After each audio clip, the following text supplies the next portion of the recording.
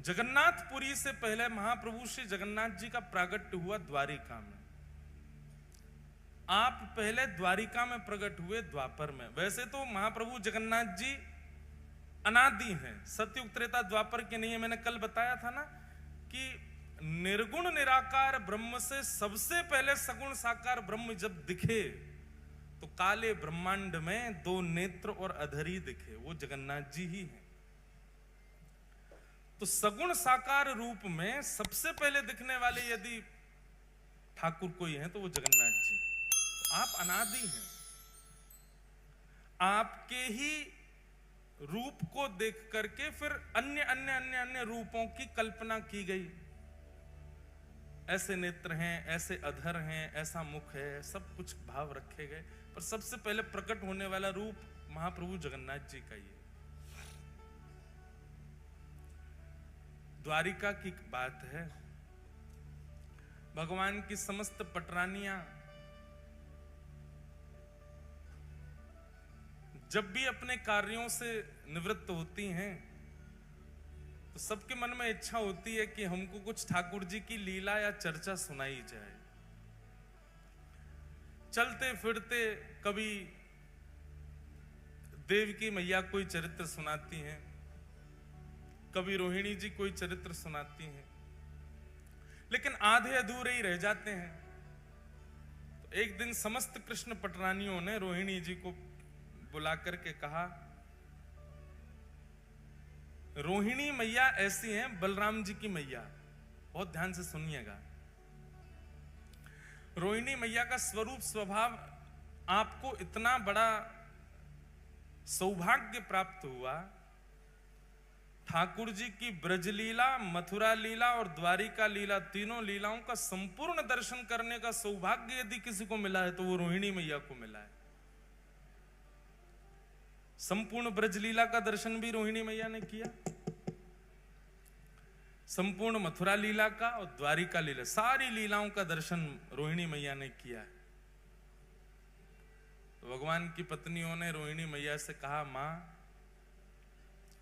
आप एक जगह बैठ करके धैर्य पूर्वक ठाकुर जी की संपूर्ण लीला हमको सुनाओ, ब्रज लीला सुनाओ।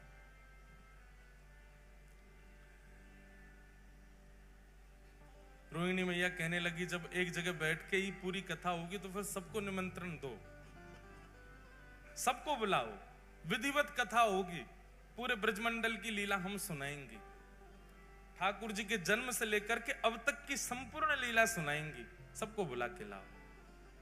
बहुत ध्यान पूर्वक शांति से बैठ के सब लोग सुनना। तभी रुक्मणी आदि अष्टपटरानियां कहने लगी, मां सब आएंगे लीला में, लेकिन 3 लोग वर्ज्य रहेंगे। 3 लोगों को निषेध है कथा में आना। रुक्मणी जी बोली कौन? रोहिणी मैया बोली कौन? बोले सबसे पहले तो बलराम जी, जे नहीं आने चाहिए कथा में।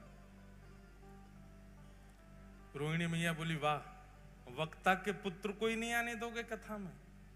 हमारे लाला हैं बलराम जी, हम कथा सुनाएंगे, हमारे पुत्र को नहीं आने दोगी?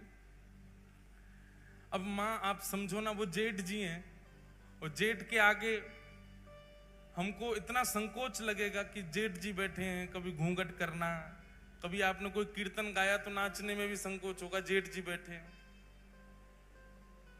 इसलिए आप कृपा करके उनको तो दूर ही रखना। बेचारे बलराम जी के साथ में एक अन्याय तो हुआ कृष्ण लीला में।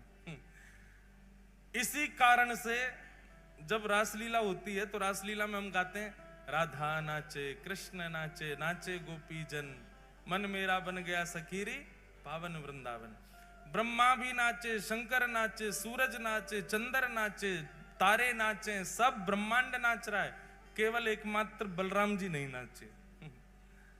बलराम जी को रास में भी नहीं आने दिया किसी ने। क्यों? बलराम जी आए तो थे, जैसे ही रास में बलराम जी आए सब गोपियों ने घूंघट कर लिया। सब जेठ ही मानती हैं इनको, क्योंकि गोपियां भी सब कृष्ण को पति मानती हैं, ये बड़े भैया हैं, जेठ हो गए। जैसे ही गोपियों ने घूंघट किया, गोपियां सब खड़ी हो गई। अब ठाकुर जी हाथ पकड़े, नाचो। गोपियां कहें, जेठ जी खड़े, इनके आगे कैसे नाचो? तो ठाकुर जी बोले दाऊ दादा ये सब गोपियां नृत्य कर रही हैं, देखो गोपी बने शंकर जी भी घूम रहे हैं, गोपी बने ब्रह्मा जी भी हैं, सब गोपी हैं, आज आपको भी गोपी बन के आना पड़ेगा। दाऊ दादा बोले मैं बनूंगा गोपी, मैं तो नहीं बनना। तो बोले अब यहां तो एक ही पुरुष है मैं, बाकी सब तो गोपी हैं। आप अब संकोच हो रहा है ठाकुर जी कैसे कहें कि बाहर चले जाओ। बलराम जी समझ गए कि भैया हम बड़े हैवे को दुर्भाग्य हमारो कि हम यहां खड़े नहीं रह सकते। बेचारे बलराम जी चले गए। आज भी स्थान है गिरिराज जी की परिक्रमा, अगर कच्ची वाली आपने लगाई हो भीतर वाली, तो कच्ची परिक्रमा लगाओगे तो वहीं पर स्थान पड़ता है लुक दाऊ जी। क्या नाम है? लुक दाऊ जी। वहां बैठ करके कुंज में छिप करके श्री दाऊ दादाजी नेत्रों से नीर बहा रहे हैं और रास बिहार का दर्शन कर रहे हैं। वहां से लुक कर रहे हैं, देख रहे हैं रास बिहार, इसलिए उस स्थान का नाम है लुक दाऊ जी। वहां बैठ करके संपूर्ण रास का दर्शन किया बलराम जी ने। आज भी वही हुआ। सब कृष्ण पटरानियां कहने लगे, बोले कि कथा में 3 नहीं आएंगे, सबसे पहले बलराम जी पर, जेठ जी हैं उनके आगे हम कथा में संकोच होगा। रोहिणी मैया बोली ठीक है। दूसरा, बोले दूसरी सुभद्रा। बोले सुभद्रा जी क्यों नहीं आएंगे? बोले बहुत चंचल हैं। अरे कथा सुनते सुनते हमारे नेत्रों में अश्रु आ गए और हम कहीं रोने लग गए तो आके सामने बैठ जाएंगी। आप रो रही हो, क्या बात है, रो क्यों रही हो?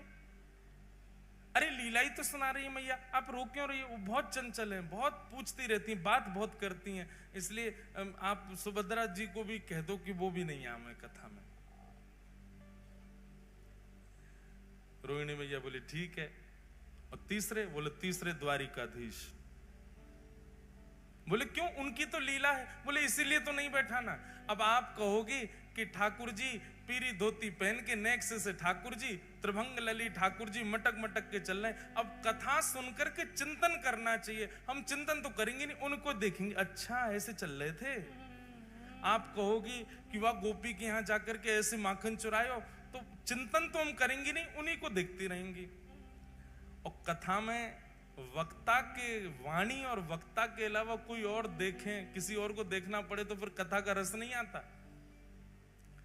आजकल ये हो रहा है, कथाओं में झांकियां बना के रख देते हैं मंच पे।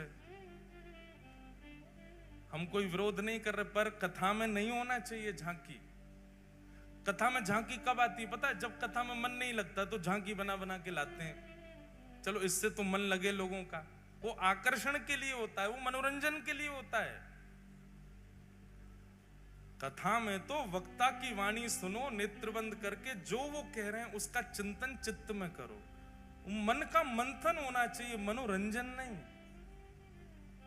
और क्षमा करें, अगर द्वारिकाधीश यहां बैठ गए तो आप बोलोगी, हम चिंतन करेंगे किसका? हमारे सामने ही बैठे हैं जिनकी आप कथा सुना रही, तो इसलिए उन्हीं को देखती रहेंगी हम तो। और फिर स्वभाव आ जाता है ना, जिसकी प्रशंसा सुनाई जाती है तो हम उसको अच्छा तेरी बात बता रहे हैं, ऐसे करता है, ये होता है। और बोले आप कुछ भी बताओगी, हम श्री कृष्ण को अच्छा तो ये सब किया आपने। तो इस कारण से कथा में वो भाव नहीं बन पाएगा जो बनना चाहिए। इसलिए ठाकुर जी को भी कथा में मत बुलाओ। रोहिणी मैया बोली तुमने उन 3 लोगों को निषेध किया जिन 3 से पूरी द्वारिका चल रही है। द्वारिका में पत्ता नहीं हिलता इन तीनों के बिना, और तुम कह रही हो कि तुम पूरी कथा सुन लोगी इन तीनों के बिना। बहुत ध्यानपूर्वक सुनिएगा, उपचार कुछ सोचो, कुछ विचार करो कि ये 3 कैसे रुकेंगे कथा में आने से। तो भगवान की पत्नियों में सबसे ज्यादा बुद्धिमान है सत्यभामा। रुक्मणी जी तो बहुत सीधी हैं, रुक्मणी जी बहुत सहज है। रुक्मणी जी तो कह भी रही थी आने दो, कोई बात नहीं, पीछे बैठ जाएंगे तीनों। सत्यभामा ही अड़ी है, ना ना ना ना, तीनों नहीं आने चाहिए। सत्यभामा जी बोली एक उपाय है। बोले क्या? बोले इन तीनों को एक खेल में व्यस्त करा देते हैं। एक खेल खेलते रहेंगे, उसी में व्यस्त रहेंगे, उतनी देर हम कथा सुनते रहेंगे। बहुत दिन हो गए, अब ये बड़े हो गए तीनों, इन तीनों को इनका बचपन याद कराया जाए। रोहिणी मैया बोली वो कैसे होगा? बोले जिस दिन ये तीनों संग बैठे होंगे, हम उनके सामने चौसर खेलेंगे। चौसर बहुत प्रिय है तीनों को, और चौसर भी गलत सलत खेलेंगे, तो हमको सही करने के लिए वो तीनों बैठ जाएंगे, और तीनों जैसे बैठेंगे चौसर खेलते खेलते उसी में व्यस्त हो जाएंगे, और हम यहाँ आकर के कथा सुनने लग जाएंगे। रोहिणी मैया बोली ठीक है, तुम्हारी तरकीब अच्छी है, लगाओ। वही हुआ। एक दिन सत्यभामा, जामवती, रुक्मणी जी, कालिंदी, सारी सब बैठी हैं, और सब बैठ करके चौसर खेल रही हैं।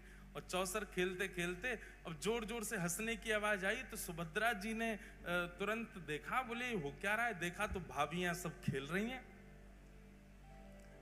आकर के सुभद्रा जी जब देखने लगी तो देख के बोली ये तो गलत खेल रही हैं, ऐसे थोड़ी खेला जाता है। रुको, मैं भैया को बुला के लाती हूँ, मैं दिखाती हूँ कैसे खेलते हैं, हम तीनों तो निपुण हैं।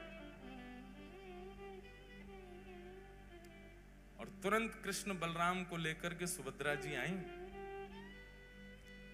और चौसर की सेज पर बैठ गई, और वहां चौसर खेल खेल के दिखाने लगी। तीन पक्ष बट गए, कुछ बलराम जी के, कुछ ठाकुर जी के, कुछ सुभद्रा जी के, सब पत्नियां बट गईं।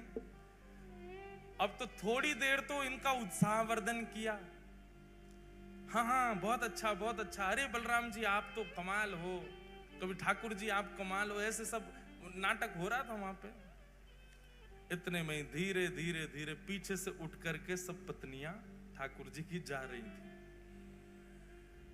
और जैसे खेल समाप्त होने लग जाए तो सत्यभामा जी ऐसा कुछ करें कि वो चौसर का पूरा जो स्थान था, जो पूरा सामने रखा था, वो हिल जाए, तो अरे अब तो दोबारा से होगा, और फिर शुरू हो जाए।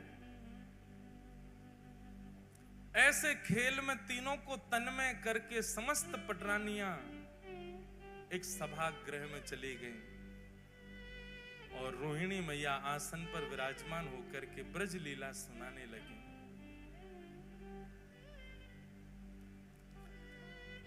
यहां पर चौसर में जीत गई कौन? सुभद्रा जी। अब सुभद्रा जी जैसे ही जीती, जीत करके उन्होंने कहा देखो भाभी जी जीत गई। देखी तो वहां कोई भी नहीं, सबरी चली गई। भैया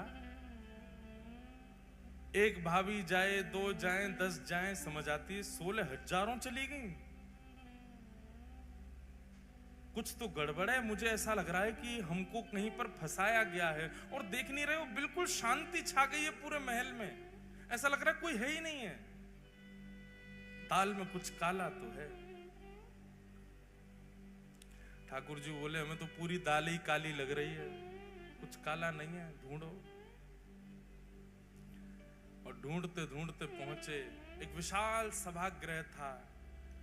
रोहिणी मैया नेत्र बंद करके संपूर्ण लीला सुना रही हैं, और सामने बैठकर के समस्त कृष्ण पटरानियां भाव आवेश में भाव विभोर होकर के ठाकुर जी की लीला सुन रही हैं। श्री यशोदा मैया लाल जी के छोटे छोटे हस्त कमलों में अपनी उंगली देख करके उनको चलना सिखा रही हैं। नन्हे नन्हे चरणों से ठाकुर जी कैसे चल रहे हैं, और जैसे ही चलते हैं यशोदा मैया अपनी उंगली हटा देती है। ठाकुर जी दोनों भुजा खड़ी करके एक पैर आगे रखते हैं, और रख करके फिर ऐसे डामाडोल होते भय से नीचे गिर जाते हैं। ये सब लीलाएं बता रही हैं। सब पत्नियां हंस भी रही हैं, और नेत्रों से प्रेमाश्रुओं को पहुंच करके यशोदा मैया को याद भी कर रही हैं। तभी प्रसंग आया कि श्री यशोदा मैया ठाकुर जी को पकड़ करके दहली लंगवावे ले गई हैं। लाला तू अब चलना सीख गया है, चल अब दहली लांग ले। चलना तो आ गयो, अब दहली लांगनू सीख ले। लाल जी दहली पे चढ़ तो गए, लेकिन पल्लंग को गहराई इतनी ज्यादा है कि ठाकुर जी नीचे उतर नहीं पा रहे हैं, और अपने पांव के अंगूठासों बार बार नीचे देख रहे हैं कि जमीन आई कि नहीं, अब मैं उतरूं कि नहीं।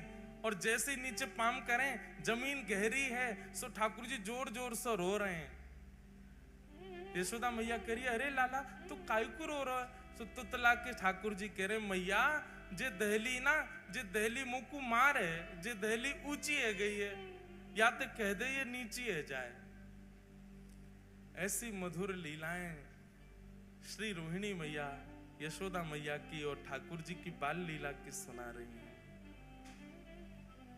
सब नेत्र बंद करके भाव में कथा श्रवण कर रहे हैं। और तभी उस सभा के द्वार पर तीनों का आगमन हुआ। बलराम जी, बाल कृष्ण और सुभद्रा। बलराम जी, द्वारिकाधीश, सुभद्रा तीनों आए और तीनों ने आकर के जैसे चुपचाप देखा कि कथा चल रही है, मधुर लीला सुना रहे हैं, ठाकुर जी ने दोनों से कहा चुपचाप पीछे चल करके बैठे, ये हमसे छुप करके कथा कही जा रही है ताकि हम ना सुन लें, चलो पीछे बैठ के सुनेंगे। और ठाकुर जी बिल्कुल सहमे से गए और सबसे पीछे जाकर के बैठ गए तीनों। बीच में सुभद्रा जी बैठी हैं, एक तरफ बलराम जी, दूसरी तरफ ठाकुर जी, और बैठ करके मधुर वह रस चर्चा सुनने लगे। सुनते सुनते सुनते यशोदा मैया के प्रसंगों को, ब्रजवासियों के प्रसंगों को, श्री ठाकुर जी प्रेम की अवस्था में प्रवेश करने लगे। प्रेम जब प्रकट होता है ना बंधुओं, बहुत ध्यानपूर्वक सुनिएगा, प्रेम जब प्रारंभ होता है तो प्रारंभ में विपरीत अवस्था भी अच्छी लगती है। प्रेम जब प्रारंभ होता है तो प्रेमी को रात में निद्रा भी ना मिले तो भी अच्छा लगता है, भोजन ना मिले तो भी अच्छा लगता है, पानी ना मिले तो भी अच्छा लगता है, अनुकूल वातावरण का कमरा ना मिले, बिना एसी का कमरा मिल जाए तो भी अच्छा लगता है, बस प्रेमी संग होना चाहिए। प्रेम की प्रथम अवस्था है। प्रेम की द्वितीय अवस्था जब प्रारंभ होती है तो प्रेमी की परीक्षाएं शुरू होती हैं।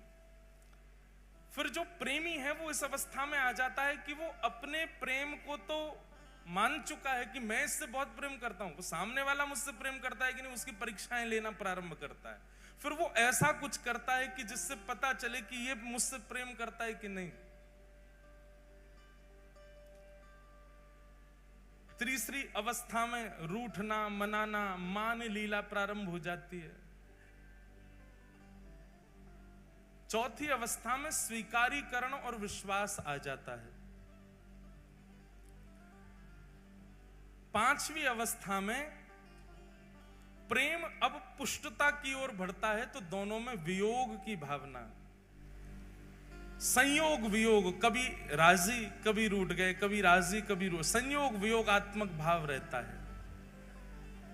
छठवीं अवस्था में प्रेम विरह प्रदान करता है। कोई भी एक थोड़ा दूर हो जाएगा। अगर प्रेम सच्चा होगा तो विरह प्रारंभ होगा। प्रेम केवल बहाना रहा होगा या केवल आसक्ति रही होगी तो उस विरह से किसी को भी फर्क नहीं पड़ेगा। छठवीं अवस्था का प्रेम प्रारंभ होते ही अगर प्रेम सच्चा है तो विरह आएगा। सातवीं अवस्था में व्याकुलता आ जाएगी।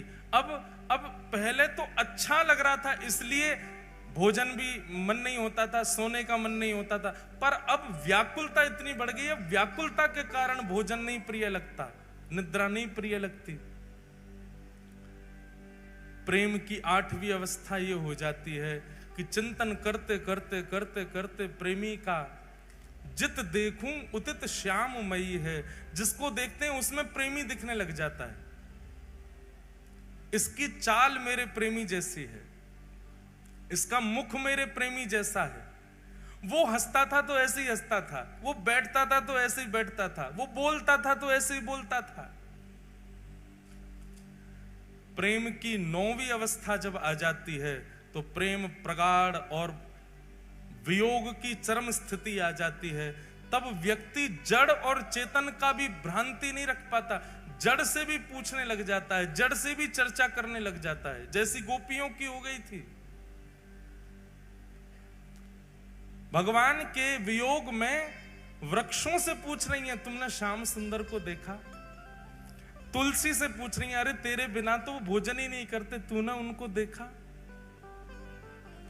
मयूर से पूछती हैं, तुमने उनको देखा, तुझे तो सिर पे धारण करते हैं। प्रेम की 9वीं अवस्था आ जाती है और प्रेम की जब 10वीं अवस्था प्रारंभ होती है तो प्रेमी अपने प्रेमी का चिंतन करते करते करते करते करते करते प्रेम विगलित होने लग जाता है। जैसे एक मोमबत्ती में अग्नि प्रज्वलित करने पर वो पिघलने लग जाती है, ऐसे प्रेमी के सर्वांगीण अंग पिघलने लग जाते हैं। बहुत ध्यानपूर्वक सुनिए, कोई चर्चा मत कीजिए, हमारी प्रार्थना है। ठाकुर जी ने जब कथा में बैठना और श्रवण करना प्रारंभ किया तो ब्रजवासियों की याद आने लगी, अपनी लीला सुन के मुस्कुराने लगे, अच्छा सा लगने लगा। फिर विपरीत अवस्था भी अच्छी लगने लगी। धीरे धीरे धीरे कथा आगे बढ़ने लगी। ठाकुर जी उन अवस्थाओं को पार करते गए। पार करते करते 6वीं 7वीं अवस्था में आकर के ठाकुर जी अपना हृदय पकड़ करके सहलाने लगे, ब्रजवासियों की याद आने लगी। 7वीं 8वीं अवस्था आते ही श्री ठाकुर जी के नेत्रों से अश्रुबिंदु गिरने लगे। सभागृह में दिखने वाली ब्रज जैसी कोई भी वस्तु उसको ठाकुर जी जा जा करके अपने हृदय से लगाने लगे। मेरी मैया कहां है, मेरे बाबा कहां है, मधुमंगल श्रीदामा सब कहां है। इस प्रकार ठाकुर जी ढूंढने लगे। अपनी पटरानियों में ही किसी के रूप को देख करके कहते हैं, श्रीदामा ऐसो ही लगे, मेरो मधुमंगल ऐसो ही दिखे। रोहिणी मैया को देख के यशोदा मैया ऐसी लगे। बलराम जी को देख के कहते हैं, दाऊ दादा हमारे नंद बाबा ऐसे ही लगे। ठाकुर जी की ऐसी अवस्था प्रकट हो गई।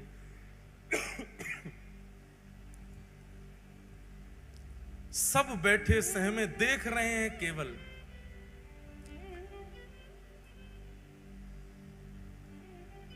जैसे ही विरह की प्रेम की 10वीं अवस्था प्रारंभ हुई, सुभद्रा जी गई, दौड़ करके ठाकुर जी को एक जगह स्थान पर लाकर के बैठाया, संभालने लगी। पर रोहिणी मैया तो भावावेश में आकर के कथा कहती जा रही हैं। सुनते सुनते सुनते प्रेम की 10वीं अवस्था में जैसे प्रवेश किया, ठाकुर जी की भुजाएं खड़ी हो गई, बलराम जी की भुजाएं खड़ी हो गई, मानो आवाहन कर रहे हो, अरे भैया कोई जाओ, जाके ब्रजवासिन को लाके हमारे हृदय से लगा दो। 10वीं अवस्था प्रारंभ होते श्री ठाकुर जी का श्री अंग पिघलने लगा।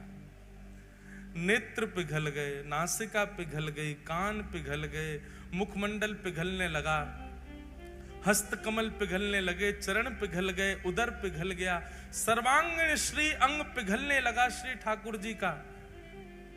प्रेम अपनी स्थिति में होता है तो नेत्रों से आंसू निकलते हैं, पर प्रेम जब चरम स्थिति में जाता है तो व्यक्ति की चरम भी पिघलने लग जाती है। हम संसारी मानव पांचवी श्रेणी से ऊपर नहीं जा सकते प्रेम की में, क्योंकि हमारा प्रेम इतना है ही नहीं। उससे ऊपर की स्थिति में जाते ही सबको अपना स्वार्थ दिखने लग जाता है।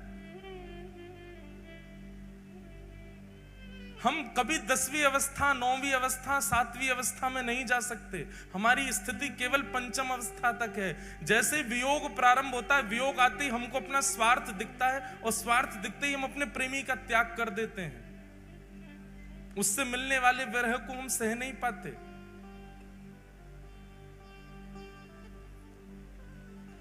ठाकुर जी का श्री अंग पिघलने लगा।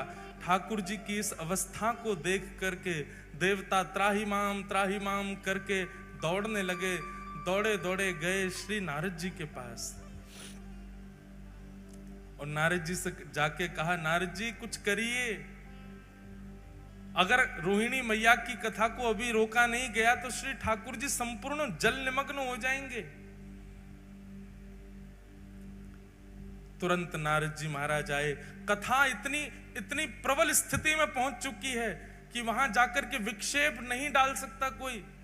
पर श्री नारद जी महाराज ने ठाकुर जी की स्थिति को देखा और देखते हुए तुरंत रोहिणी मैया के चरणों में प्रणाम करते हुए अपना करताल बजाते हुए रोहिणी मैया के भाव को भंग किया। नेत्र खुले रोहिणी मैया के, नेत्रों से विरल अश्रुधार गिर रही है, लाल पड़ गए नेत्र। नारद जी, आप तो कथा के इतने रसिक हैं, फिर कथा में विघ्न कैसा? नारद जी महाराज ने इशारा किया, मैया सामने देखो। पीछे बैठे द्वारिकाधीश बलभद्र और सुभद्रा तीनों प्रेम की 10वीं अवस्था पार कर चुके हैं। उनका श्री अंग पिघल रहा है। यदि मैं आपकी कथा को थोड़ी देर और नहीं रोकता तो तीनों जल निमग्न हो जाते, नदी बनकर के बहने लगते। बंधुओं, द्वारिका कभी जाइएगा तो गोपी तालाब का दर्शन कीजिएगा। कृष्ण विरह में गोपियां जल निमग्न हो गईं। बिंदु सरोवर का कभी दर्शन कीजिएगा, वहीं पर सिद्धता नाम की नदी है जो कि भगवान श्री कपिल की मैया देवहूति माता प्रेम की अवस्था पार करके नदी बन के बहने लगी। कालिंदी प्रेम की अवस्था पार करके नदी बन के यमुना जी बन गई।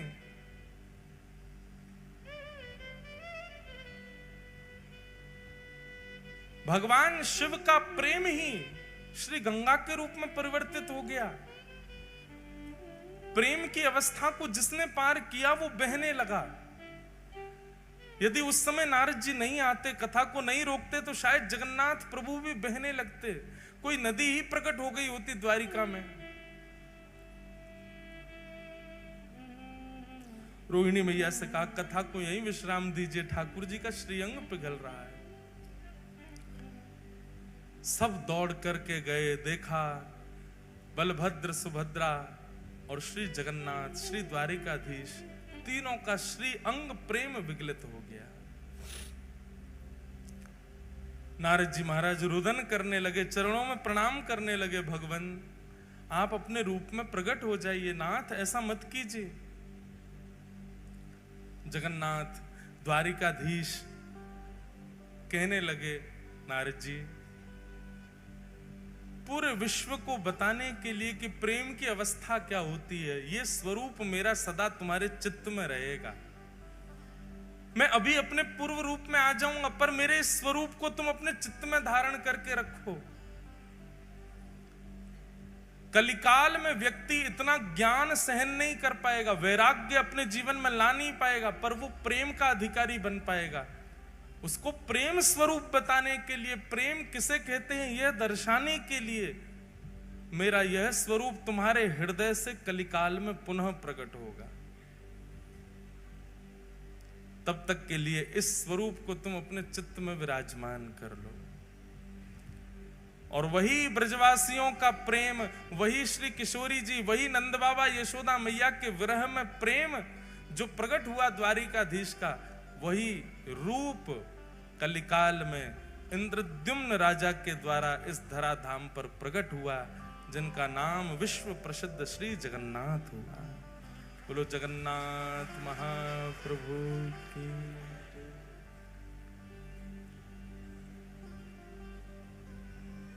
ब्रजवासियों के प्रेम में श्री महाप्रभु जगन्नाथ जी पिघल गए और तब ये रूप प्रकट हुआ। बंधुओं, संसार में सब प्रेमी अपने आप को दिखाते बताते हैं, पर प्रेम तो केवल ठाकुर जी जानते हैं और कोई नहीं जानता।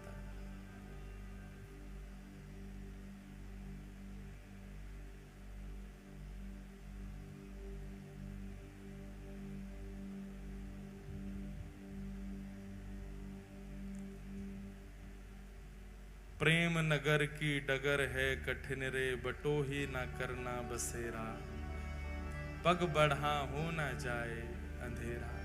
हमारे ब्रजमंडल में रसिक हुए, उनका ये भाव है, भैया प्रेम के मार्ग पर यदि चल रहे हो, पहले ही सावधानी आपको कर दी जा रही है, चेतावनी दी जा रही है, इस मार्ग पर मत चले जाना। कहीं इस मार्ग में और गहराई में प्रवेश कर गए तो जगन्नाथ भगवान की तरफ पिघल जाओगे। हमारे ब्रज के रसिक जन गाते हैं, प्रेम नगर की डगर है कठिन रे, बटो ही न करना बसेरा, पग बढ़ा हो न जाए तेरा, पग बढ़ा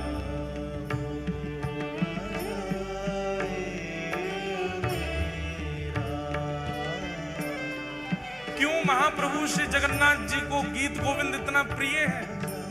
क्यों प्रिय उनको इतना? क्योंकि गीत गोविंद में ब्रज के श्री कृष्ण ही दिखाए गए हैं, ब्रज की ही वो लीलाएं बताई गई हैं, ब्रज का ही वो स्वरूप दिखाया गया है जो ठाकुर जी को खींचता है अपनी ओर। इसलिए गीत गोविंद ठाकुर जी अपने हृदय से लगा के सोते हैं रोज रात में। कौन है इतना बड़ा प्रेमी संसार में जितने बड़े प्रेमी श्री जगन्नाथ हैं? आज भी महाप्रभु जगन्नाथ रात्रि में चाहे कितने महंगे वस्त्र ले आइए, कितना महंगा श्रृंगार ले आइए, लेकिन अपने श्री अंग को स्पर्श कराते हुए पहले गीत गोविंद ओढ़ते हैं, उसके बाद कोई वस्त्र पहना दो। गीत गोविंद हृदय से लगा के सोते हैं, क्योंकि गीत गोविंद में श्री कृष्ण को प्रिय लगने वाली स्थितियां वर्णित की गई हैं जयदेव महाप्रभु के द्वारा। ये ब्रजवासियों को प्रेमी ठाकुर है भैया, जे ब्रजवासीन को प्रेमी है हमारो जगन्नाथ।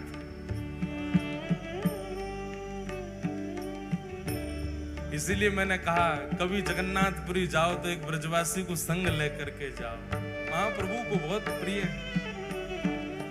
प्रेम नगर की डगर है कठिन रे, बटो ही न करना बसेरा, पग बढ़ा हो न जाए तेरा, पग बढ़ा हो न जाए तेरा,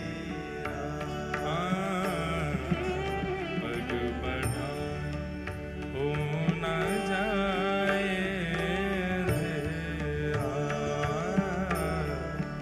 पग बढ़ा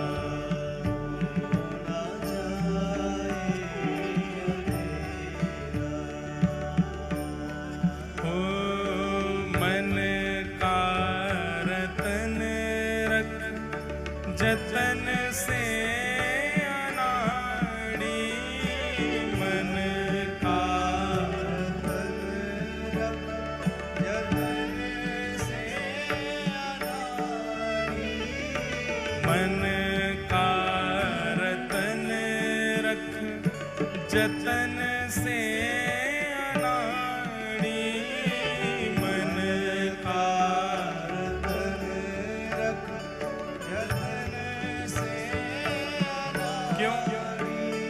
यहाँ आगे छोरों की बस्ती है भारी, यहाँ आगे छोरों की बस्ती है भारी, हाँ यहाँ आगे छोरों की बस्ती है भारी, यहाँ आगे छोरों की बस्ती है भारी। ज्ञान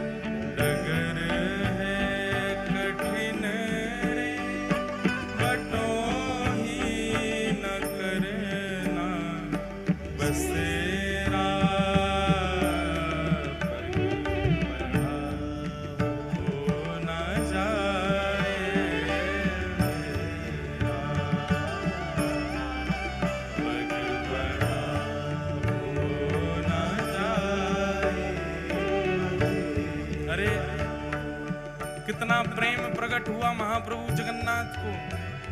स्वयं तो पिघल गए, बहन भी पिघल गई, भैया भी पिघल गए, पर जिन आयुधों को संग में रखते हैं श्री ठाकुर जी राक्षसों का दमन करने के लिए, भक्तों की रक्षा के लिए, उनमें भी श्री सुदर्शन जी महाराज उनको भी पिघला दिया। वो भी वहां पर तीक्ष्ण नहीं है। जगन्नाथपुरी में श्री सुदर्शन जी महाराज भी तीव्र नहीं है, तीक्ष्ण नहीं है, वे भी पिघले हुए खड़े हैं, उनको भी प्रेमी बना दिया, वो भी पिघले हुए खड़े। कैसा प्रेम महाप्रभु का रहा होगा।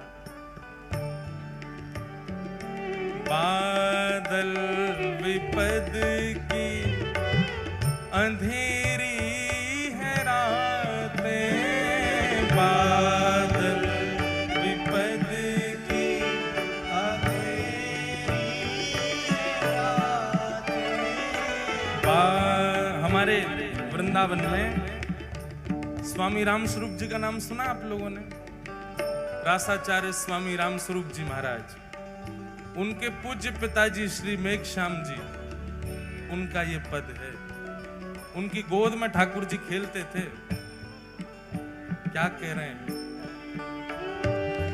बादल विपद की अंधेरी है रातें, बादल विपद की अंधेरी है रातें, भजन सार सब झूठी दुनिया की बातें, भजन केवल सार भजन है, बाकी सब झूठ है।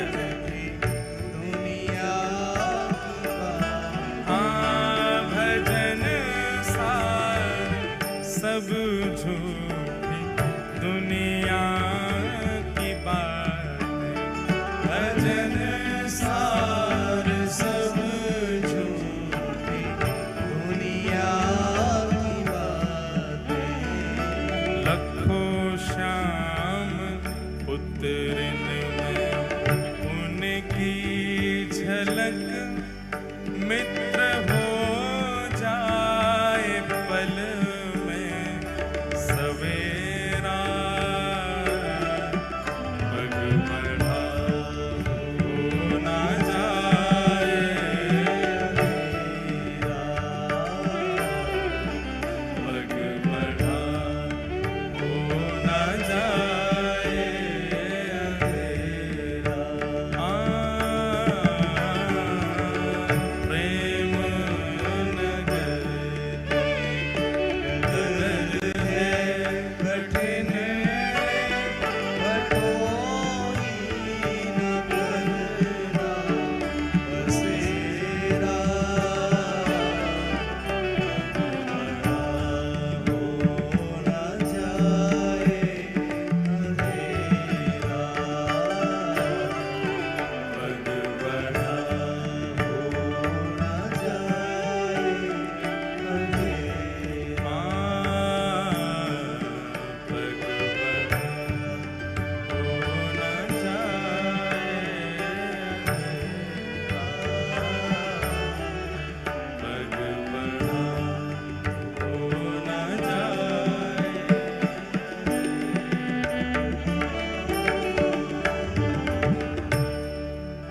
तो इस प्रकार प्रकट हुए द्वापर में श्री जगन्नाथ। नारद जी ने उस स्वरूप को अपने चित्त में धारण कर लिया। फिर इसी कलिकाल में इंद्रद्युम्न नाम के राजा हुए। पूर्व के संस्कार उनके इतने सुदृढ़ थे। देखो बंधुओं, भक्त दो ही लोग बनते हैं, बहुत ध्यान से सुनिएगा। भक्त दो ही लोग बनते हैं, या तो वो जिसके पूर्व का भजन बहुत है, थोड़ा बहुत शेष रह गया तो इस जन्म में वो भक्त बन गया। पूर्व काल से ही भक्ति के संस्कार हों तो इस जन्म में वो भी भक्त बन जाता है। और दूसरा भक्त कौन बनता है? घोर नास्तिक। ऐसा ठोकर पड़े, ऐसी झटका लगे जीवन में कि वो भक्त बन जाता है। दो ही प्रकार के लोग अमूमन भक्त बनते हैं, परसेंटेज इन्हीं दोनों के ज्यादा है। तो इंद्रद्युम्न राजा के पूर्व के संस्कार बहुत ध्यानपूर्वक सुनिएगा। ठाकुर जी ऐसे नहीं प्रकट होते, ऐसे संस्कार हो तब ठाकुर जी आते हैं जीवन में। इंद्रद्युम्न राजा, बचपन से ही उसके अंदर इतनी भक्ति थी, इतना भाव था। भक्ति भाव का मतलब आप क्या समझते हैं? ठाकुर जी के प्रति भक्ति होना, ठाकुर जी के प्रति भाव होना, ये तो सबके अंदर हो जाता है। असली भक्त वाकु मानो, जाको जाको प्रेम हरि जनन सो हो। कौन से? हरि जन से। हरि जन मतलब हरि के दुदास है, उनसे जो प्रेम करते हो। हम एक बात कथा में कहते हैं कि महाप्रभु श्री जगन्नाथ जी के दर्शन करके आप जितना उछलते हो, राधा रमन जी के कपाट लगे, अचानक से गोसाई जी कपाट खोलते हैं तो जैसे महाराज सबकी भुजाएं खड़ी हो जाती है, नेत्र अपलक हो जाते हैं, हृदय में प्रसन्नता हो जाती है। राधा वल्लभ जी के दर्शन होते ही महाराज हृदय में अत्यंत शांति, अत्यंत शीतलता का अनुभव होता है। ठीक वैसा ही अनुभव किसी वैष्णव जन को देख करके होता हो तो मानो कि आप वैष्णव हो, तो मानो कि आप भक्त हो। हरिजन सो प्रीति नाही, अगर हरिजन से प्रीति नहीं है तो हरि से प्रीति नहीं। इंद्रद्युम्न राजा का एक नियम था कि आप अपने नगर में सेना खड़ी करके रखते थे चारों ओर। सब राजाओं की सेना खड़ी रहती है सुरक्षा में, लेकिन आपकी सेना का एक ही काम था। बहुत ध्यानपूर्वक सुनिएगा। क्या? नगर में आने वाले हर व्यक्ति से पूछना कि वो कहां से आया है, और नगर से जाने वाले व्यक्ति से पूछना वो कहां जा रहा है। यदि आने वाला व्यक्ति और जाने वाला व्यक्ति किसी तीर्थ या धाम का नाम ले दे, उसको पकड़ करके राजा के पास ले जाओ। आने वाला व्यक्ति अगर ये कह दे कि मैं बद्रीनाथ से आया हूं, तो जैसे किसी नगर में प्रवेश करते हैं तो वहां के सिपाही जन खड़े होकर के लाइन लगवाते हैं, बोले हाँ एक एक करके बताते जाओ अपना परिचय, कहां से आए हो। अगर वो कह दें कि हम फलाने नगर से आए हैं, फलाने गांव से आए, तो उनको जाने दिया जाता। कोई कहता हम वृंदावन से आए हैं, कोई कहता हम अयोध्या से आए हैं, बद्रीनाथ से, इधर खड़े होते जाओ सब।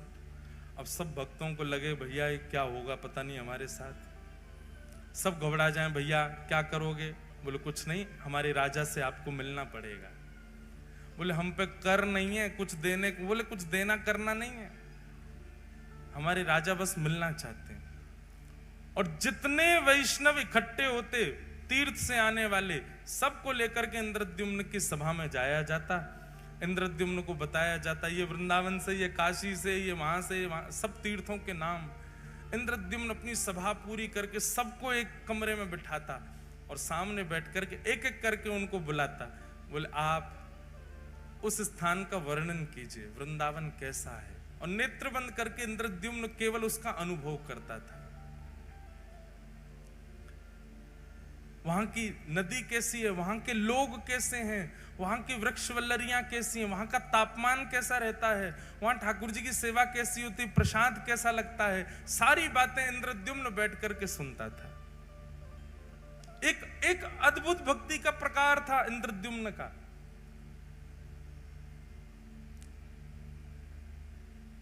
और जब वो अपनी पूरी बात कर देते तो उनको खूब सारा धन धान्य देता, उनके चरण धोता, उनके चरण दल को पीता और कहता अगली बार कभी आप तीर्थ से आओ तो मेरे लिए कुछ प्रसाद लाना। तीर्थ जाने वाले जो लोग होते थे नगर से, उनको अपने पास बुलाता, कहां जाओगे, कहां रुकोगे, वहां कैसे करोगे, क्या करोगे, रास्ता कैसा है, कैसे जाओगे, व्यवस्था कर देता रास्ते की। और कहता लौट के आओ तो मुझसे जरूर मिलना, बताना कैसा लगा वहां पे, मैं तो राजा हूं, कार्यकाल छोड़ के जा नहीं सकता। ऐसी उसकी भक्ति।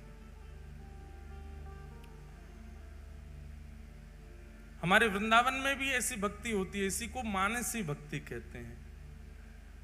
इंद्रद्युम्न राजा मानसी यात्रा करता था, सारे तीर्थ घूमे थे उसने केवल मन ही मन से। और इसी मानसी यात्रा करने का उसको एक दिन फल क्या, रात्रि में जब सोता था तो चिंतन में वो तीर्थ धाम और वहां के ठाकुर ही उसको दिखाई देते थे।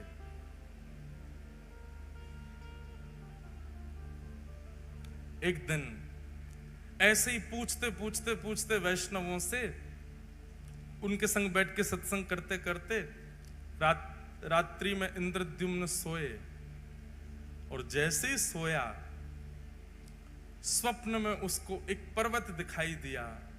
उस पर्वत में सुंदर गुफा है और उस गुफा के भीतर त्रिभंग लली श्याम सुंदर बिल्कुल नील मणि की तरह चमक रहे हैं। अद्भुत उनकी छटा, ऐसा अद्भुत दर्शन करने लगा। उनका दर्शन करके नेत्र आनंदित हो गए। उनकी सुंदर चरण की उनके सुंदर अंग की सुगंधी इंद्रद्युम्न को आने लगी। उनकी वो एक क्षण की झलक इतनी सुंदर, इतनी मनमोहक थी। छटपटा करके नेत्र खुले इंद्रद्युम्न के, जलपान करने लगा, अपनी छाती को मसलने लगा। ये मैंने कैसा दृश्य देखा, ये कौन थे, ये कहां के ठाकुर जी? मैंने इतने तीर्थयात्रियों से पूछा पर ऐसा स्वरूप तो किसी ने मुझे वर्णन नहीं किया। अत्यंत व्याकुल हो गया इंद्रद्युम्न। अब तो जो भी तीर्थयात्री आए उनके तीर्थ की चर्चा ना सुन के अपना हृदय का भाव बताता। ऐसी आंख है, ऐसी कमर है, ऐसा मुख है, ऐसे चरण हैं, आपने इनके बारे में सुना? ये कौन है? पर्वत पर रहते हैं। वैष्णव जन कहे नहीं, हमने तो नहीं देखा। अत्यंत व्याकुल हो गया इंद्रद्युम्न। संतों की खूब सेवा करता, बस मन में यही चिंतन था, बस इनका पता मुझे लग जाए, ये कौन है जो मुझे स्वप्न में दिखे। बंधुओं, एक बात बताएं, ये इंद्रद्युम्न के साथ हुआ ये तो हमने पढ़ा है, पर प्रत्यक्ष मैंने कई लोगों को सुना भी है। हमारे गिरधर लाल जी के एकाध वैष्णवों के तो मुझे याद है, उन्होंने कभी लाल जी को देखा नहीं, पर उनके स्वप्न में ठाकुर जी जाके उनको दर्शन दे के आ चुके हैं। हमारे वृंदावन राधा रमन लाल जी, कोई व्यक्ति वृंदावन नहीं आया पर उसको स्वप्न में जाकर के पहले ही उसके दर्शन देख के आ चुके हैं। ऐसे ठाकुर जी ने दर्शन दिया इंद्रद्युम्न को।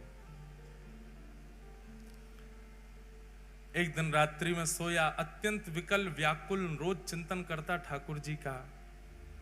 तभी उसके स्वप्न में पुनः वह ठाकुर जी प्रकट हुए और प्रकट होकर के उन्होंने अपना नाम बताया।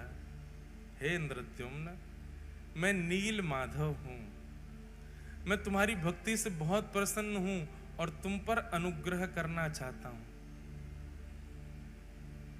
नीलाचल पर्वत पर मेरा निवास है। कुछ आदिवासियों से ही मैं अपनी सेवा कराता हूं, इससे ज्यादा संकेत मैं नहीं दे सकता। तुम स्वयं खोज करके मेरे इस अनुग्रह को स्वीकार करो। इंद्रद्युम्न अत्यंत प्रसन्न हो गया। थोड़े थोड़े संकेत उसको मिल गए थे। इंद्रद्युम्न ने अपने भाई, जिनका नाम था विद्यापति, बहुत ध्यानपूर्वक सुनो,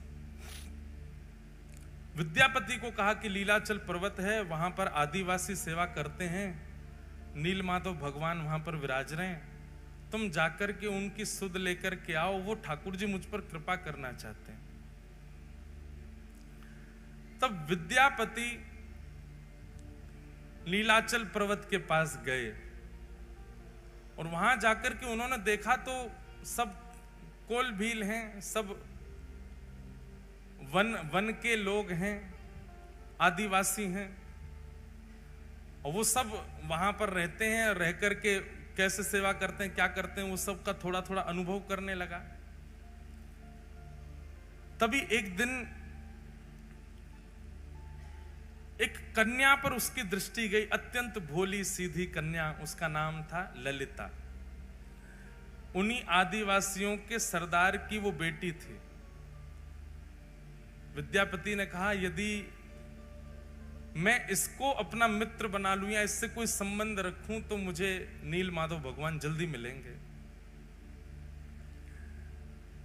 एक दिन वंचर जीवों के बीच में जबरदस्ती स्वयं को उसने डाल दिया। वंचर जीव उसको कहीं से खा गए, कहीं से काट गए, कहीं पर अपने नाखून मार गए, और पूरे रक्त में रंगित अपने तन को लेकर के वन में पड़ा पड़ा विद्यापति रो रहा था। तभी वो जो आदिवासी थे, उनकी पुत्री ललिता वहीं से जल भर के जा रही थी। भगवान देखो कितने पापड़ बेलने पड़ते हैं तब आते हैं ठाकुर जी।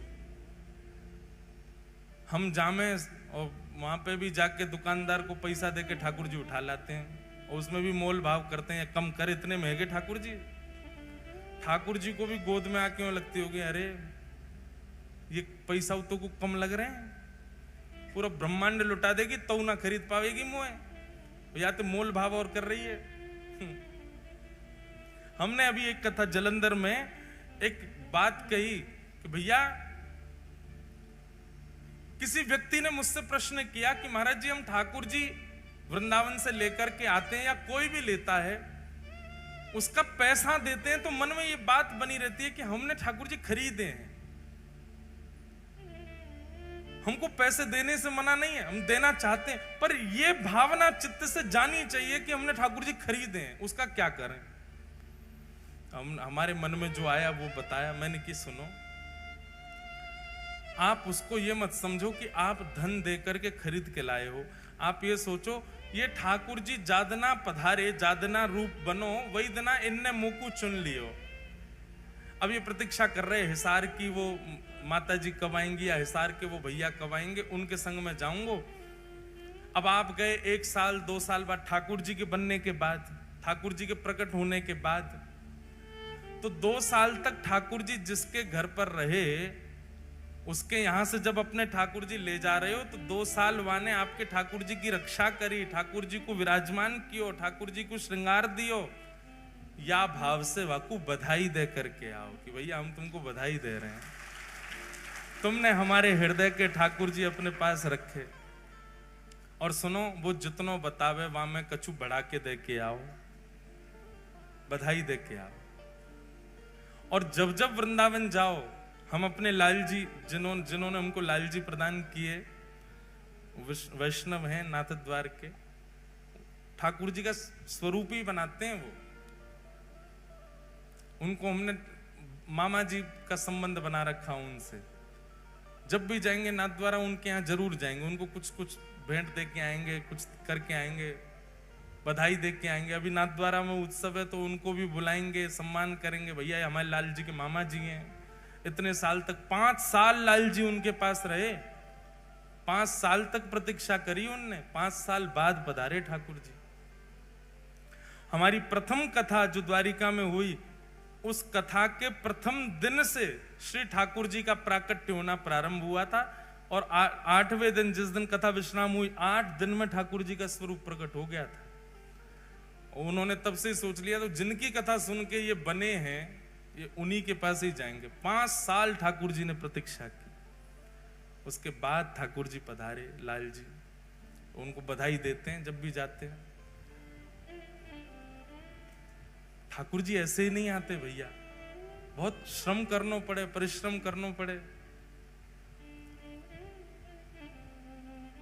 तो विद्यापति ने अपने आप को जबरदस्ती जानवरों से कटवाया और उस मार्ग पर गिर गया जहां से ललिता रोज जल भर के लाती थी। उसने जब देखा कि ये घायल पड़ा है, तुरंत उसको उठा करके अपने घर ले गए। सब लोग इधर देखो, बहुत ध्यान से कथा सुनो। श्री जगन्नाथ प्रभु कैसे पधारे, कैसे प्रकट भये, उसकी पूरी लीला है।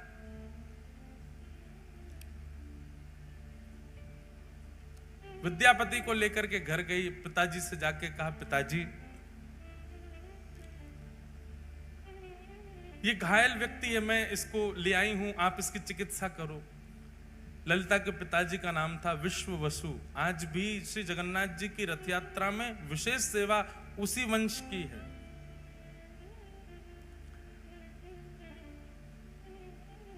उसने चिकित्सा आदि की, चिकित्सा करके विद्यापति को घर पे ही रखा।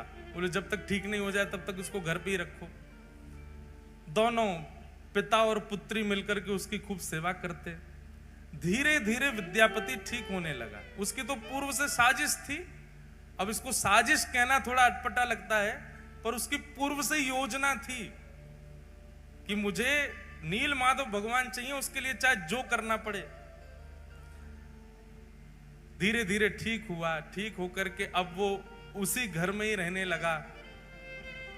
विश्ववसु के साथ में उनका जो काम था खेती बाड़ी आदि वो कराने लगा। ललिता के साथ में थोड़ी उसने मित्रता कर ली। धीरे धीरे ललिता से प्रेम कर लिया, क्योंकि नील माधव भगवान की सेवा बहुत गुप्त रूप से होती थी। किसी को पता नहीं होता था कौन करता है, कैसे करता है, कहां है ठाकुर जी। उसके लिए ये सब करना बहुत जरूरी था उसको। विद्यापति ने धीरे धीरे धीरे उन समस्त कोल भीलों से, उन समस्त आदिवासियों में अपना स्थान बना लिया। आप तो सब उसको अपने परिवार जैसा समझने लगे। और एक दिन ललिता ने अपने पिताजी से कहा, मुझे बहुत प्रिय है, आप मेरा इसी से ब्याह करा दो। विद्यापति से पूछा, तुम ब्याह करोगे हमारी पुत्री से? बोले कि मेरा तो परिवार ही नहीं है, मैं तो आपका हूं, आप करा दो ब्याह। और ललिता के साथ में विद्यापति का ब्याह हो गया। विद्यापति कौन है? विद्यापति कौन है? इंद्रद्युम्न राजा का भाई। अगर भूल भाल मत जाइए, बात पूरी कथा सुनते रहो।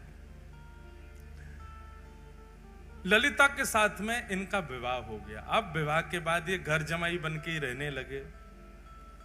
वहीं उनके विश्ववसु के घर में ही रहते थे। विश्ववसु रोज सुबह ब्रह्म मुहूर्त में जाते थे, नहा धो करके स्नान करके गीले कपड़े पहन के अपरस में जाया करते थे, और साथ में कुछ पुष्प और कुछ सामग्रियां लेकर के जाते थे। विद्यापति ललिता से पूछता था, ये सुबह सुबह ससुर जी कहां जाते हैं? बोले, ये पूछो मत, और आज के बाद पूछना भी मत, हमें भी नहीं पता इसके बारे में। ये गोपनीय रहस्य है, बचपन से हम ऐसे देखते आए, हम भी कभी नहीं पूछते। करने दो, पिताजी करते हैं, और तुमको क्या करना। विद्यापति समझ गया। बोले, ये नील माधव भगवान के पास ही जाते हैं, ये उन्हीं की सेवा करते हैं, इसीलिए किसी को नहीं बताते। धीरे धीरे देखने लगा, रात्रि में चंदन घिसा जाता है, पुष्प तोड़ करके लाए जाते हैं, गीले कपड़े में बांध के रखे जाते हैं, सुबह गीले कपड़ों में जाया जाता है, और अंधेरे में जाते हैं, सूर्य उदय से पहले आ जाते हैं। तो अद्भुत है। एक दिन रात्रि में अपने ससुर जी के पास ही बैठ गए। अब तो प्रेम भाव बहुत ज्यादा ही हो गया था, पुत्र की भांति विद्यापति हो गया था। अपने ससुर जी के पैर थोड़े थोड़े दबा रहे थे, और तो दबाते दबाते धीरे धीरे पूछा, आप पुष्प किसके लिए तोड़ के लाते हैं? ये रोज रात्रि में आप चंदन किसके लिए घिसते हैं? पिताजी, आप सुबह ब्रह्म मुहूर्त में कहां जाते हैं? पुत्र मोह में आकर के, और पुत्र मोह से भी ज्यादा होता है जमाई मोह। जमाई तो पुत्र से भी ज्यादा प्रिय लगता है। तो धीमे से प्रसन्न होकर के, देखो अब तो तुम हमारे घर के सदस्य हो, किसी को बताना मत, और तुम तो हमारे प्रिय हो, मुझे तुम पे बहुत भरोसा है, मेरी पुत्री तुमने स्वीकार की, किसी से कहना नहीं। नीलाचल पर्वत है, और लीलाचल पर्वत पर नील माधव भगवान विराजते हैं। वे प्रत्यक्ष ठाकुर जी हैं। वो चलते फिरते सारी लीलाएं होती हैं उनकी, पर उनके दर्शन का अधिकार केवल मुझको है, और मेरे बाद मैं जिसको चाहूंगा उसको होगा। विद्यापति ने कहा, तो आपके तो कोई पुत्र है नहीं, तो दर्शन आपके बाद किसको होगा फिर? आप क्यों ना ये सेवा मुझे भी दे दो। पहले तो विश्ववसु ने मना किया, नहीं नहीं नहीं, मैं नील माधव भगवान से पूछूंगा, वो जैसी आज्ञा करेंगे वही होगा, ऐसे में तुमको लेके नहीं जा सकता। लेकिन रोज रोज यही बात करने से एक दिन विश्ववसु ने मन में सोचा कि ठीक है, तुम्हारी इतनी इच्छा है, मैं तुमको ले तो चलूंगा, लेकिन याद रहे आंख पे पट्टी बांध के मेरे साथ चलना पड़ेगा, ताकि तुम मार्ग ना देख पाओ। कहीं तुम योग्य नहीं हुए, नील माधव भगवान को तुम प्रिय नहीं लगे, और कहीं तुम बिना उनकी अप्रियता के वहां पहुंच गए तो ठाकुर जी कहीं अंतर ध्यान ना हो जाए। इसलिए दर्शन कराऊंगा, लेकिन प्रतीक्षा करना, ठाकुर जी को जब तुम प्रिय लगोगे तभी उनकी सेवा में जा सकोगे। और अगले ही दिन आंखों पर पट्टी बांधी विद्यापति के, और उसके ससुर जी विश्ववसु उनको लेकर के जा रहे। लेकिन विद्यापति तो इसी बहाने, इसी चतुराई से आया था कि उसको नील माधव भगवान चाहिए। उसने रात्रि में ही एक पोटली में खूब सारी राई भर ली। राई समझते हैं, सरसों के दाने, वो भर लिए और भर करके उसमें एक सुई का छेद करके उसको अपनी कमर पर बांध लिया। और कमर पर बांध के दूसरे दिन पिताजी ने रुई लगाई, रुई के ऊपर पट्टी बांधी, पट्टी बांध के हाथ पकड़ करके ले गए। वो नीचे से उसने पोटली थोड़ी सी दबाई, उसमें से राई निकलने लगे। चला गया पर्वत के ऊपर, दुर्गम मार्ग पार करके नीलाचल पर्वत पर गुफा में पहुंचे। और गुफा में जाकर के नील माधव भगवान की सेवा आदि करने के बाद कहा कि अब मैं तुम्हारी पट्टी खोलूंगा, एक क्षण देखना, दर्शन करके फिर पट्टी बांध लेना। और जैसे ही उसकी पट्टी खुली, सामने नील वर्ण के श्री नील माधव भगवान मंद मंद मुस्कुरा रहे हैं, कटाक्ष कमल नेत्र हैं, सुंदर ठाकुर जी का वपु दिखने लगा। दर्शन हो गए। दर्शन करते तुरंत पट्टी बांधी, बोले चलो अब वापस यहां से, ताकि मार्ग ना पता कर ले। वापस ला कर, अब देखो तुमको दर्शन हो गए, अब नील माधव भगवान आज्ञा करेंगे तो तुमको सेवा मिलेगी, नहीं तो ऐसे ही रहो। अब उसको कहां, वो तो छटपटा रहा था, उसको दर्शन हो गए, वही छवि दिखे, बोले भैया कब से प्रतीक्षा कर रहे हैं। अब इन सबको मैं बताऊंगा कि इन्हीं की आज्ञा है मेरे भैया को, तो ये लोग मानेंगे नहीं। भैया अपना राजपाट छोड़ करके आ नहीं सकते।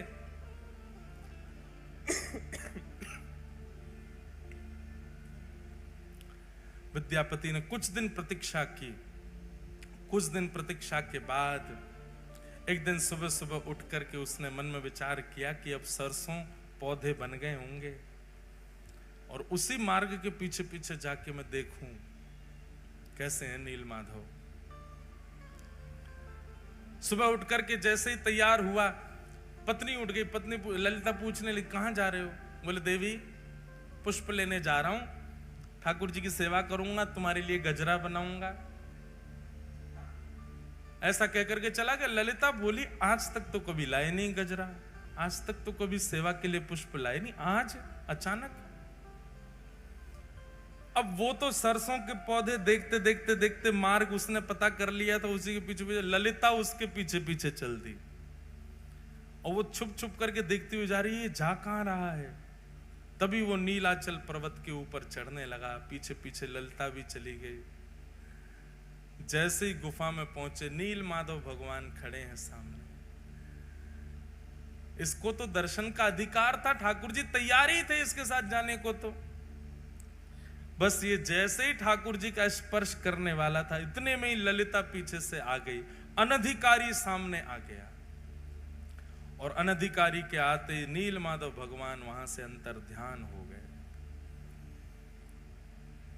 और जैसे नील माधव भगवान अंतर ध्यान हुए, रोने लगा। बोले मैंने कितना सब बनाया था ठाकुर जी को ले जाने के लिए, आदि आदि सब बातें हुई। ललिता ने जाकर नीचे पूरे आदिवासियों में बात फैल गई, सब विश्ववसु को पकड़ करके बंदी बना लिए। उसको छल कपट किया तुमने हमारे साथ, आदि आदि। हमारे ठाकुर जी अंतर ध्यान हो गए, हमारे साथ जो किया सो किया, ठाकुर जी चले गए हमारे। हम तुझे दंड देंगे। बोले कि मुझे दंड दीजिएगा, लेकिन मुझसे पहले आप एक बार राजा इंद्र करके व्यवस्थित करवाना और सुंदर किसी कारीगर से मेरा विग्रह स्वरूप बनवाना। कारीगर वो ही बनाएगा जैसा रूप मैं चाहता हूं प्रकट करना। इसलिए उसको कुछ बताने की आवश्यकता नहीं, बस कारीगरों से कहना कि वे अपनी कला से बनाना शुरू करें, क्योंकि मेरे रूप को वही बना पाएगा जिसको मैंने चुना होगा। इसलिए तुम केवल समुद्र के तट पर जाकर के तीनों काष्ठों को इकट्ठा करो। तब जो तिथि समय भगवान ने बताया था उसी तिथि समय पर गए, जाकर के देखा तो 3 काष्ठ बहते हुए, 3 दारू, दारू मतलब लकड़ी, बहती हुई समुद्र में से आई।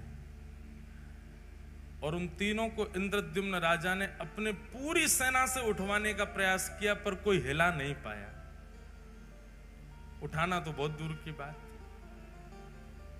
तब नील माधव भगवान की, जिन्होंने अनन्य सेवा, अनंत सेवा की, विश्व वसु को ही पुनः बुलाया गया और उन्होंने आकर के चंद लोगों ने उठाया तो वो दारू ब्रह्म अपने आप उठ गए और ले जाकर के उनको गुंडीचा की रानी के महल में रखवाया।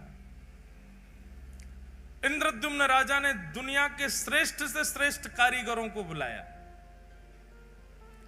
ये लकड़ियां हैं 3 और आपको इनसे स्वरूप, कैसा स्वरूप बनाओ? बोलो जैसा तुम्हारा मन करे वैसा बनाओ। वर्णन आता है कि महाराज बड़े से बड़े कारीगर आ गए, छेनी हथौड़ा रख करके स्वरूप निर्माण करना चाहें, पर वो छेनी हथौड़ा चलावे तो जैसे मानो ऐसा लगे लोहे पर चला रहे हो, चिंगारियां निकलती हैं, पर एक एक रत्ती भर भी उसमें छिद्र नहीं हो पाता। बड़े बड़े कारीगर अपने छेनी हथौड़ा टूटे हुए राजा इंद्रद्युम्न के सामने रख देते, क्षमा करो भगवान हम नहीं बना पा रहे। फिर कोई बंगाल से आता, बोले हम करके दिखाएंगे, वो भी नहीं बना पाते। फिर कोई कहीं से आता, वो भी नहीं बना पाते। तब भगवान ने आज्ञा की, त्रिलोकी के सबसे बड़े चित्रकारी में, कार्य कलाकारी में माहिर श्री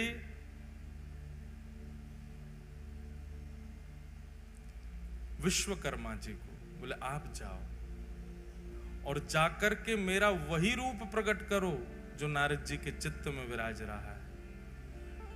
तब विश्वकर्मा जी एक वृद्ध कारीगर, एक मूर्तिकार के रूप में आए, दीनहीन से बिल्कुल पीछे खड़े थे सबसे।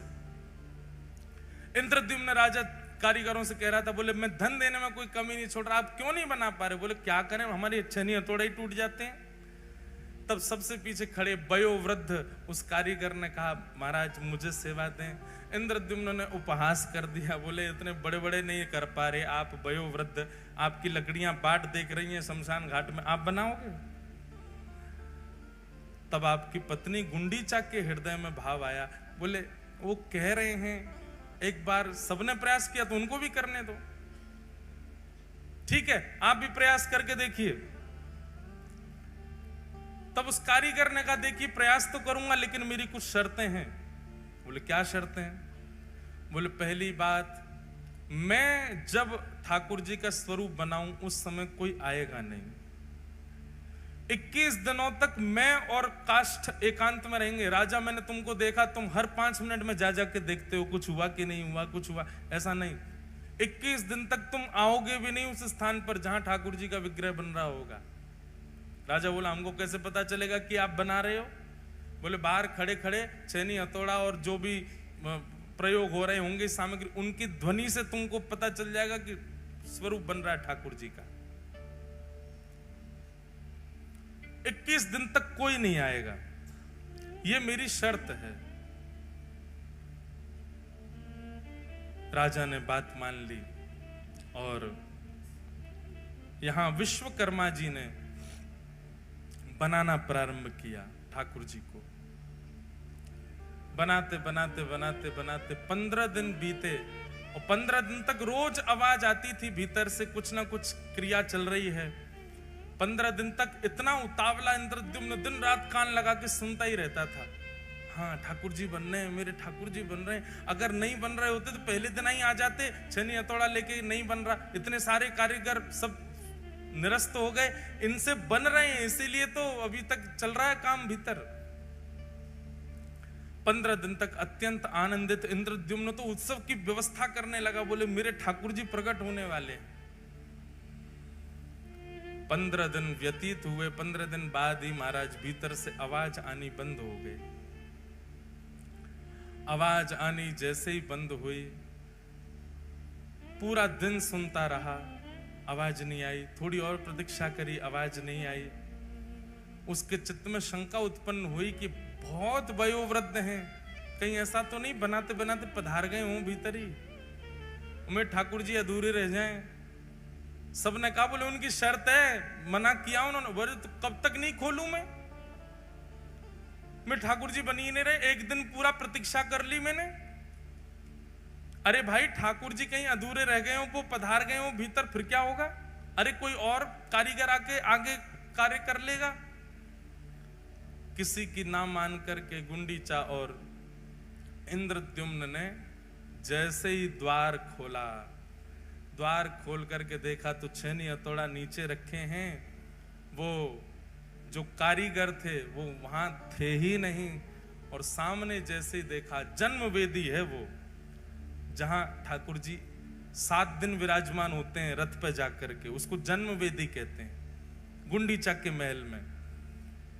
उस जन्म वेदी के ऊपर जैसे ही देखा है, तभी क्या पाया, 3 विग्रह ही 3 रूपों में विराजमान हैं, जहां पर बिल्कुल दाहिनी ओर में श्वेत वर्ण के श्री बलभद्र जी महाराज दोनों भुजा लेकर के, मध्य में सुभद्रा जी और वाम अंग में साक्षात नील माधव भगवान ही श्री जगन्नाथ जी के रूप में खड़े हुए। श्री जगन्नाथ महाप्रभु की। प्रथम दर्शन करते ही इंद्रद्युम्न रोने लगा, हाय नाथ, ये कैसा स्वरूप, भुजा भी नहीं बनाई पूरी, पेट भी अधूरा छोड़ दिया, अरे नेत्र भी नहीं। मैं पहले ही मना कर रहा था कि उसको मत लाओ, वो तो वृद्ध है। अरे ये बीच में स्वरूप, इनके तो हाथ ही नहीं है, पैर ही नहीं है, ये कैसा स्वरूप बना दिया। तुरंत मूर्छा आई इंद्रद्युम्न को, और मूर्छा आते ही ठाकुर जी ने पूरी द्वारिका लीला उनको दिखा दी। बोले ये स्वरूप सामान्य नहीं है इंद्रद्युम्न, ये मेरा प्रेम विगलित स्वरूप है। पूरे विश्व में मेरे अनेक अनेक रूप होंगे, पर ऐसा रूप एकमात्र पूरे भारत में, पूरे ब्रह्मांड में, पूरे त्रिलोक में यदि कहीं होगा तो केवल और केवल तुम्हारे पास नीलाचल पर्वत पर होगा, और कहीं नहीं। भगवान त्रिभंग लली गोलोक धाम में भी हैं, ठाकुर जी धनुष बाण लेकर के साकेत धाम में भी हैं, शंख चक्र गदा पद्म धारण करके वैकुंठ में भी हैं और पृथ्वी पर भी हैं। पर श्री जगन्नाथ तो केवल और केवल पृथ्वी पर हैं और कहीं भी नहीं, केवल इस भूमि पर। महाप्रभु जी ने आज्ञा की, ये मेरा स्वरूप है, और ये स्वरूप मेरा प्रेम के कारण प्रकट हुआ है। इंद्रद्युम्न, अब तुम मेरा मंदिर निर्माण करा करके मेरे स्वरूप को विराजमान कराओ, और विराजमान करके मेरी सेवा प्रारंभ करो, ये मेरा ही स्वरूप है। तब इंद्रद्युम्न के हृदय में जो दोष उत्पन्न हो रहा था, जो भाव उत्पन्न हो रहा था, ये कैसा स्वरूप, वो भाव, वो दोष, वो दूर हो गया। पूरे जगन्नाथपुरी में, पूरे लीलाचल पर्वत पर महाराज श्री क्षेत्र में उत्सव मनने लगा। इंद्रद्युम्न ने भव्य मंदिर का निर्माण कराया, और भव्य मंदिर में जाकर के महाप्रभु श्री जगन्नाथ विराजमान हुए। बोलो जगन्नाथ भगवान की जय। महाप्रभु श्री जगन्नाथ विराजमान हुए।